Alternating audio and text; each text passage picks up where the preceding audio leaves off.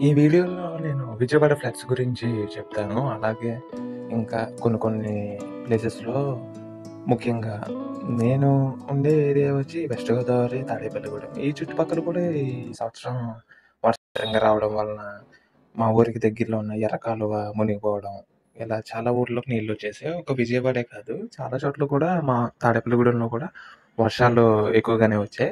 ఈ వర్షాలనేవి ఈ సంవత్సరం ఎక్కువే కురిసినాయి. దీని వలన ఎంతో నష్టం అయితే వచ్చింది మాకు కూడా.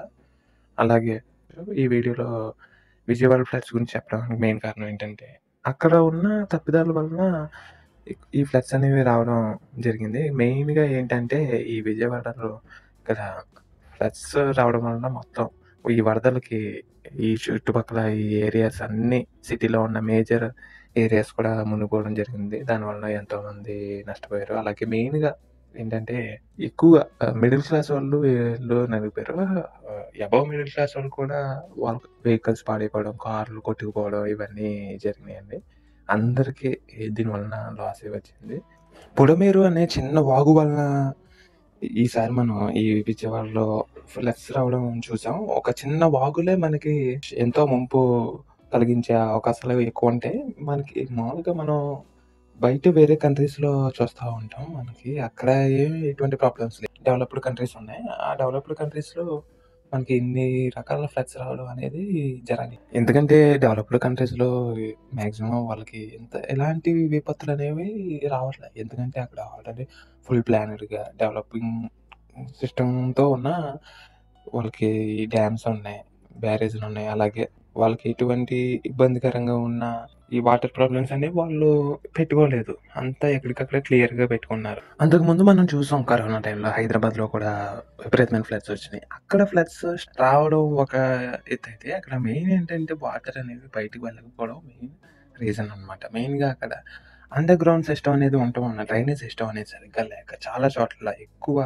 స్లమ్ ఏరియాస్ ఇవన్నీ వాటర్ నిలిచిపోవడం ఇవి ఎక్కువగా జరిగింది. దాని వలన అక్కడ ఉన్న లోకల్ పీపుల్ అది చాలా సఫర్ అయితే అయ్యారు. ఈ ప్రాబ్లమ్ అనేది ఎందుకు ఎంత పెద్ద సిటీలో ఇన్ని సంవత్సరాలుగా లేని ఈ ఫ్లడ్ అనేది వచ్చింది అని హైదరాబాద్‌లో ఒక సంచలనం అయిపోయింది. అలాగే ఇప్పుడు మన విజయవాడలో చూస్తే ఇది కూడా పెద్ద సిటీ, డెవలప్డ్ సిటీయే.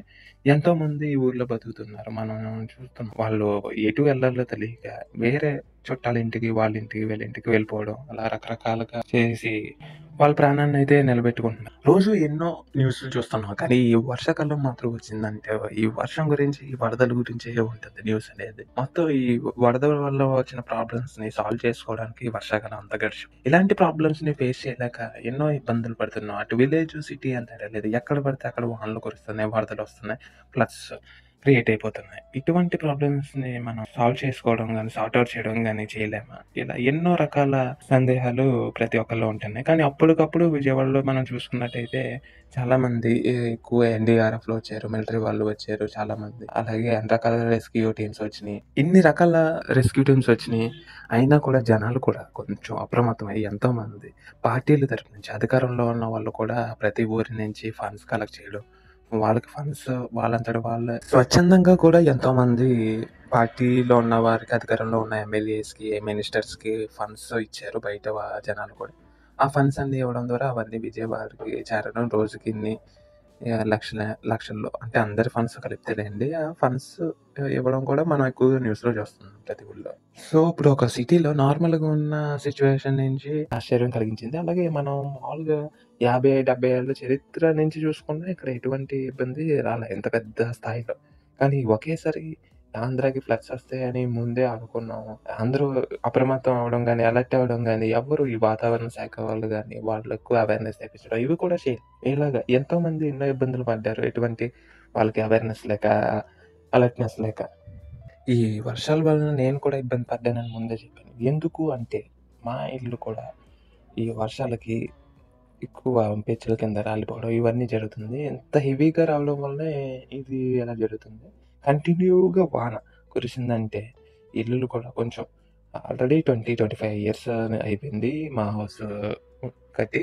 అందుకని ఇన్ని ఇయర్స్ అవ్వడం వలన కూడా ఇంకా అయిపోయింది ఈ ఇంటి హిస్టరీ అన్నట్టు కనబడుతుంది. ఈ వర్షాలకి మనకి రాలుతున్నాయి పెంకులు ఇవన్నీ చూస్తుంటే. ఇంకా విజయవాడ విషయానికొస్తే ఈ వరదల వలన ఎంతోమంది ప్రాణాలు వదిలేయడం జరిగింది. అలాగే ఎంతోమంది జనాలు నిస్సహాయ స్థితిలో ఉండిపోయారు. వాళ్ళకి కనీసం తాగడానికి నీళ్లు, తిండి ఇవి లేకపోవడం ఒక ఎత్తు అయితే, వాళ్ళకి ఇళ్ళల్లోకి వచ్చిన నీళ్ళల్లో పాములుంటం, కరెంట్ లేకపోవడం అనేక ఇబ్బందులతో సతమతమవుతున్నారు.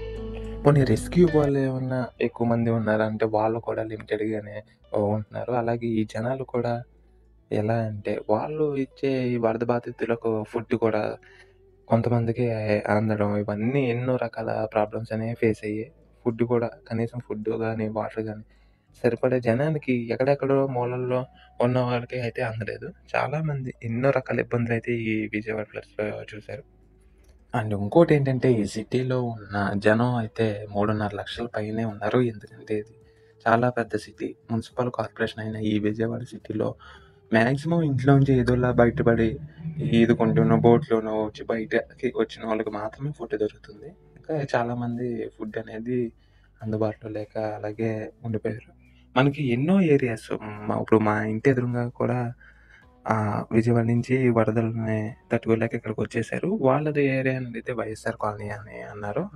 అలాగా వైఎస్ఆర్ కాలనీ, తోటవారి వీధి ఎన్నో ఏరియాస్ ఇది ముంపుకి చాలా ఇంపార్టెంట్ ఎక్కువ మంది జనాభా ఉన్న ఏరియాలనమాట. ఇవి ఏమి సిటీకి ఔట్‌స్కర్ట్స్‌లో ఉన్న ఏరియాలో కూడా కాదు.